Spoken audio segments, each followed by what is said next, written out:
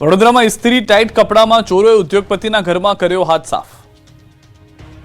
સામાન્ય રીતે ચોર ચડ્ડી બનિયાન પહેરી કે પછી લગર વગર કપડામાં ચોરી કરવા નીકળે, પરંતુ વડોદરામાં ચોર ઇસ્ત્રી ટાઈટ ફોર્મલ કપડામાં જાણે કોઈ કંપનીમાં કામ કરતો હોય તે રીતે ત્રાટક્યા। વડોદરા શહેરના ન્યૂ સમા રોડની નંદનવન સોસાયટીમાં ઉત્તરાયણના દિવસે 18 લાખની ચોરી કરી ફરાર થઈ ગયા।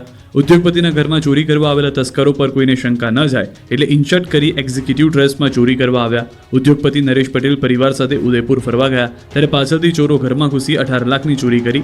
વહેલી સવારી તસ્કરીની સમગ્ર હિલચાલ સીસીટીવી કેમેરામાં કેદ થઈ ગઈ। દ્રશ્યમાં જોઈ શકાય છે કે એક વ્યક્તિ 2:11 ઘરની બહાર આવે છે અને કમ્પાઉન્ડમાં વોલ કૂદીને ઘરની બહાર લાઇટ બંધ કરીને નીકળી જાય છે અને પછી થોડી વારમાં ફરી તસ્કરો ઘરમાં ઘૂસે છે।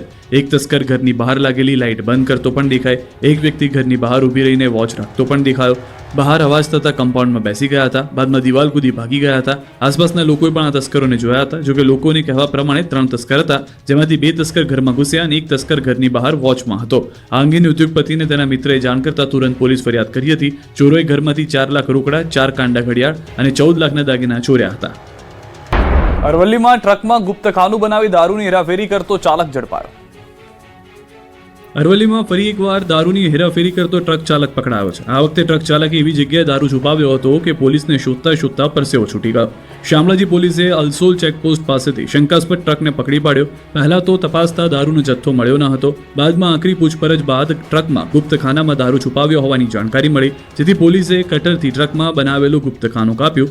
ગુપ્તખાનામાંથી વિદેશી દારૂની 93 પેટીઓ, 4176 નંગ બોટલ જપ્ત કરી દારૂ, ટ્રક અને મોબાઈલ સહિત 22.67 લાખનો મુદ્દામાલ જપ્ત કર્યો। પોલીસે ટ્રક ચાલકની ધરપકડ કરી છે।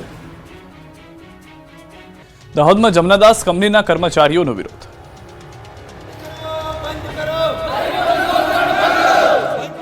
દાહોદના જમનાદાસ કંપનીના કર્મચારીઓ નારેબાજી સાથે દાહોદ રૂરલ પોલીસ સ્ટેશન પહોંચ્યા। કર્મચારીઓએ નારેબાજી કરી રજૂઆત કરી। થોડા સમય પહેલા દાહોદના ખરોડ ખાતે જમનાદાસ કંપનીના કર્મચારીઓને મારી નાખવાની ધમકીઓ આપતા 3 કામદારો વિરુદ્ધ ફરિયાદ નોંધાઈ હતી।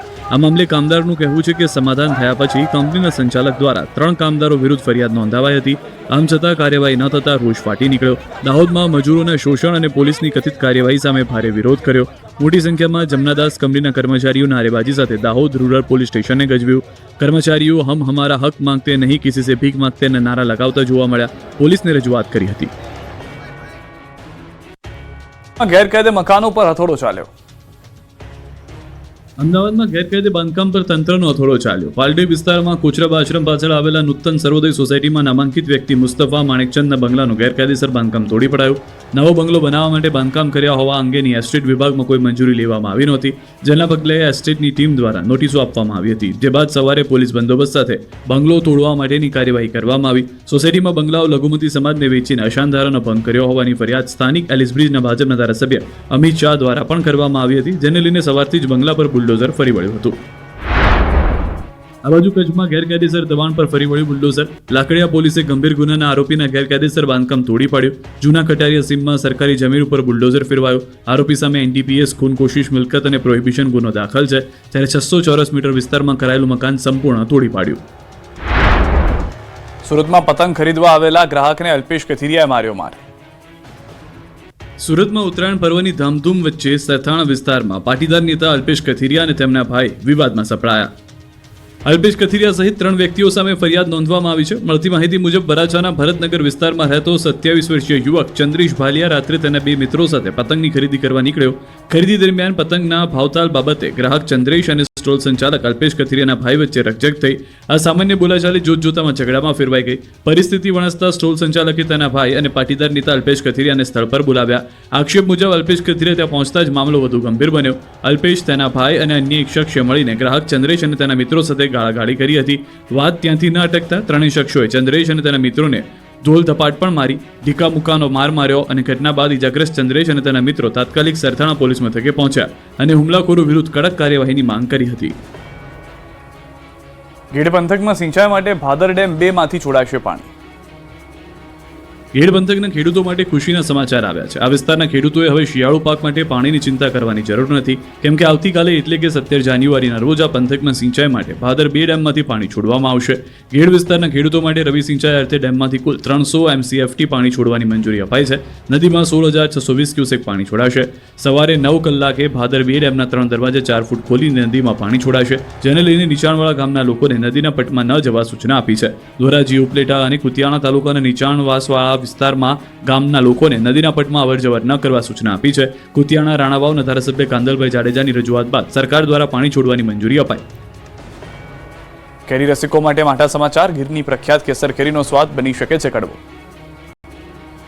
કેરી રસિકો માટે ચિંતા જગાવતા સમાચાર સામે આવ્યા છે. ગીર વિસ્તારમાં પાકતી વિશ્વ પ્રસિદ્ધ કેસર કેરી આ વર્ષે સ્વાદ અને ગુણવત્તાના મામલે ખોટી પડી શકે તેવી શક્યતા વ્યક્ત કરવામાં આવી રહી છે. કમોસમી વરસાદ, વધતું તાપમાન અને ગ્લોબલ વોર્મિંગની સીધી અસર આંબાના પાક પર જોવા મળી રહી છે, જેના કારણે ખેડૂતો સાથે બાગાયત નિષ્ણાંતો પણ ચિંતિત બન્યા છે. બાગાયત ક્ષેત્રના જાણકારોના જણાવ્યા મુજબ ગીર વિસ્તારમાં આવેલા આંબાના અંદાજે 80% ઝાડોમાં હજી સુધી ફ્લાવરિંગ આવ્યું નથી. સામાન્ય રીતે નવેમ્બર અને ડિસેમ્બર મહિનામાં આંબાના ઝાડ પર ફૂલ આવે છે, જે કેસર કેરીના પાક માટે મહત્વપૂર્ણ તબક્કો માનવામાં આવે છે. પરંતુ આ વર્ષે વાતાવરણમાં અચાનક થયેલા ફેરફારો, કમોસમી વરસાદ અને તાપમાનમાં વધારાના કારણે ફ્લાવરિંગ પ્રક્રિયા બગડી હોવાનું નિષ્ણાંતો માની રહ્યા છે. બીજી તરફ કેસર કેરી પકવતા ખેડૂતોનું કહેવું છે કે પાછલા કેટલાક વર્ષોથી હવામાનની અનિશ્ચિતતા વધતી ગઈ છે, જેનાથી આવનાર સમયમાં ઉત્પાદન ઘટવાની ભીતિ સતાવી રહી છે. આવી પરિસ્થિતિમાં કેરીમાં ખાંડનું પ્રમાણ ઘટી શકે છે, જેના કારણે કેસર કેરીનો સ્વાદ કડવો કે ફિક્કો બની શકે છે. આ સાથે જ કેરીની બજાર કિંમત અને માંગ પર પણ અસર પડવાની સંભાવના વ્યક્ત કરવામાં આવી રહી છે. અમરેલીના ચલાલા પાલિકાના પ્રમુખ પદે ભૂમિબેન વાળાની સર્વાનુમતે વરણી. અમરેલીની ચલાલા પાલિકાના પ્રમુખ પદે ભૂમિબેન જયરાજભાઈ વાળાની સર્વાનુમતે વરણી કરાઈ. નગરપાલિકાના 24 સભ્યોમાંથી 18 સભ્યો હાજર રહ્યા તો 6 ગેરહાજર રહ્યા. પ્રમુખ તરીકે ભૂમિબેન જયરાજભાઈ વાળાએ ફોર્મ ભરતા સર્વાનુમતે વરણી કરાઈ. અગાઉ નયનાબેન વનરાજભાઈ વાળાએ રાજીનામું ધરી દીધા બાદ આજે પ્રમુખ તરીકે ચૂંટણી હતી. નગરપાલિકા સદસ્યોની અંદરોઅંદરની ખેંચતાણ વચ્ચે ફરી પ્રમુખ તરીકે વરણી કરાઈ. 24 સદસ્યોમાંથી ભાજપના 18 સદસ્યો હાજર, 6 ગેરહાજર રહેતા સૂચક ગેરહાજરીને લઈને ચકચાર મચી છે. ભાજપ યુવા મોરચાના પ્રદેશ પ્રમુખ દક્ષિણ ગુજરાતના પ્રવાસે સ્થાનિક ચૂંટણીને લઈને કરી ચર્ચા. ભાજપ યુવા મોરચાના નવનિયુક્ત પ્રદેશ પ્રમુખ ડોક્ટર હેમાંગ જોશી અને પ્રદેશ યુવા મહામંત્રી ઈશાંત સોની હાલ દક્ષિણ ગુજરાતના પ્રવાસે છે, જેને લઈને સુરત જિલ્લા ભાજપના મધ્યસ્થ કાર્યાલય ખાતે તેમનું ભવ્ય સ્વાગત કરવામાં આવ્યું. આ અભિવાદન સમારોહમાં સુરત જિલ્લા ભાજપ પ્રમુખ ભરત રાઠોડ, જિલ્લા મહામંત્રીઓ અને જિલ્લા યુવા પ્રમુખ સહિતના આગેવાનો ઉપસ્થિત રહ્યા. આ પ્રસંગે પ્રદેશ પ્રમુખે ઉપસ્થિત યુવા કાર્યકર્તાઓને આગામી ચૂંટણીમાં પૂરી નિષ્ઠા અને જોશ સાથે પક્ષના પ્રચાર પ્રસારમાં લાગી જવા માટે પ્રેરિત કર્યા. સ્થાનિક સ્વરાજની ચૂંટણીને લઈને રણનીતિ ઘડાઈ, કાર્યકર્તાઓને સક્રિય થવા હાંકલ કરી હતી. નાઈ સમાજે કુરિવાજોને દૂર કરવા અને વ્યસન મુક્ત બનવા નિર્ધાર કર્યો. ઠાકોર સમાજની માફક નાઈ સમાજે પણ કુરિવાજોને દૂર કરવા અને વ્યસન મુક્ત બનવા નિર્ધાર કર્યો છે. વાવથરા જિલ્લામાં નાઈ સમાજના શૈક્ષણિક સંકુલના લોકાર્પણનો કાર્યક્રમ યોજાયો.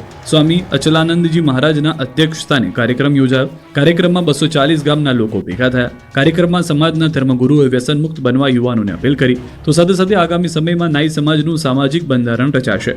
કુરિવાજો દૂર કરવા મુદ્દે ચર્ચાઓ થઈ. બંધારણ બનાવવા માટે અલગ અલગ કમિટીઓની પણ રચના કરવામાં આવી અને ટૂંક જ સમયમાં નાઈ સમાજનું પણ નવું બંધારણ બનાવવામાં આવશે. આ કાર્યક્રમમાં પ્રદેશ કોંગ્રેસ પ્રમુખ અમિત ચાવડા, સાંસદ ગેનીબેન ઠાકોર, પૂર્વ સાંસદ પરબતભાઈ પટેલ સહિતના ભાજપ કોંગ્રેસના આગેવાનો હાજર રહ્યા હતા. પોરબંદરની સ્વામિનારાયણ કોલેજની ઘોર બેદરકારીથી MBAના 42 વિદ્યાર્થીઓ પરીક્ષા ન આપી શક્યા. પોરબંદર શહેરની પ્રતિષ્ઠિત ગણાતી શૈક્ષણિક સંસ્થા JN Ruparel Swaminarayan institute of મેનેજમેન્ટના વહીવટીતંત્રની એક મોટી ભૂલે 42 વિદ્યાર્થીના કરિયર પર સવાલો ઊભા કરી દીધા છે. કોલેજના ઇન્ચાર્જ પ્રિન્સિપલની વ્યક્તિગત ક્ષતિને કારણે MBA સેમેસ્ટર 1ના 42 વિદ્યાર્થીને GTUની પરીક્ષાની હોલ ટિકિટ ન મળતા વિદ્યાર્થીઓને પરીક્ષા આપ્યા વગર રડતા મોઢે ઘરે પરત ફરવાનો વારો આવ્યો. નિયમ મુજબ પરીક્ષા પૂર્વે વિદ્યાર્થીઓને હોલ ટિકિટ મળી જવી જોઈએ, પરંતુ સ્વામિનારાયણ કોલેજના 42 વિદ્યાર્થીની હોલ ટિકિટ જનરેટ જ ન થઈ. જ્યારે વિદ્યાર્થીઓ પરીક્ષા આપવા ઉત્સાહિત હતા, ત્યારે હોલ ટિકિટના અભાવે તેમને પરીક્ષા કેન્દ્રમાં પ્રવેશ મળ્યો ન હતો. આ મામલે જ્યારે વાલીઓ અને વિદ્યાર્થીઓએ કોલેજ કેમ્પસમાં હોબાળો કર્યો, ત્યારે ઇન્ચાર્જ પ્રિન્સિપલ સુમિત આચાર્ય પોતાની ભૂલ જાહેરમાં સ્વીકારી હતી. વિદ્યાર્થીઓનો આક્ષેપ છે કે છેલ્લા 1 મહિનાથી હોલ ટિકિટ માટે કોલેજમાં ધક્કા ખાઈ રહ્યા હતા. દર વખતે કોલેજ તંત્ર દ્વારા થઈ જશે તેવા ખોટા આશ્વાસનો આપવામાં આવતા હતા. હાલ તો પ્રિન્સિપલની માફી છતાં વિદ્યાર્થીઓનું ભવિષ્ય